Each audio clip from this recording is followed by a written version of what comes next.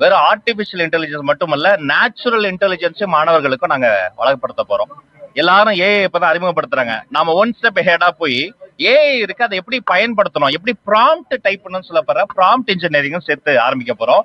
ஏற்கனவே TN spark initiative மூலமாக பல்லாயிரம் ஸ்கூல் அதை ஆரம்பிச்சிட்டோம்.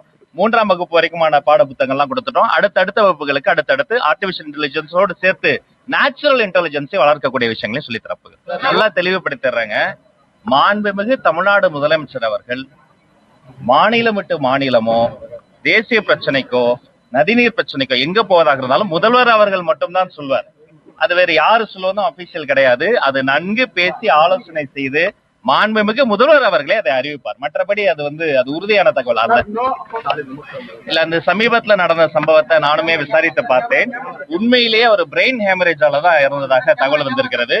அது இல்லாம அது சப்ஜுடிஸா இருக்கு. யார் தவறு செய்தாலும் நெற்றிக்கண் திறப்பின குற்றமே. ஒருவேளை அதிகாரிகள் தவறு செய்திருந்தால் கடுமையான நடவடிக்கை எடுப்போம். எந்த பாரபட்சம் பார்க்கக்கூடிய பழக்கமே எங்களுடைய முதல்வர் கிடையாது.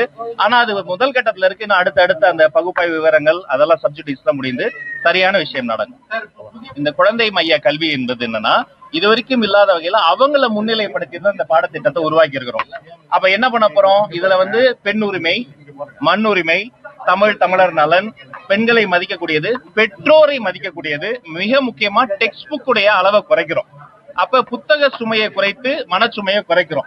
இதற்கு ஒரு கால அவகாசம் தேவைப்படும். எனவே அது குறிப்பிட்ட கால இடைவெளியில் பீரியாடிக்கலா மறுபடியும் அந்த கமிட்டியை நாங்கள் ஹை லெவல் கமிட்டியை கூட்டி வெகு விரைவில் தமிழ்நாட்டினுடைய மொத்த கல்வி திட்டமும் குழந்தை மைய கல்வியா மாறப்போகிறது. புதிய காலம் பிறக்க போகிறது.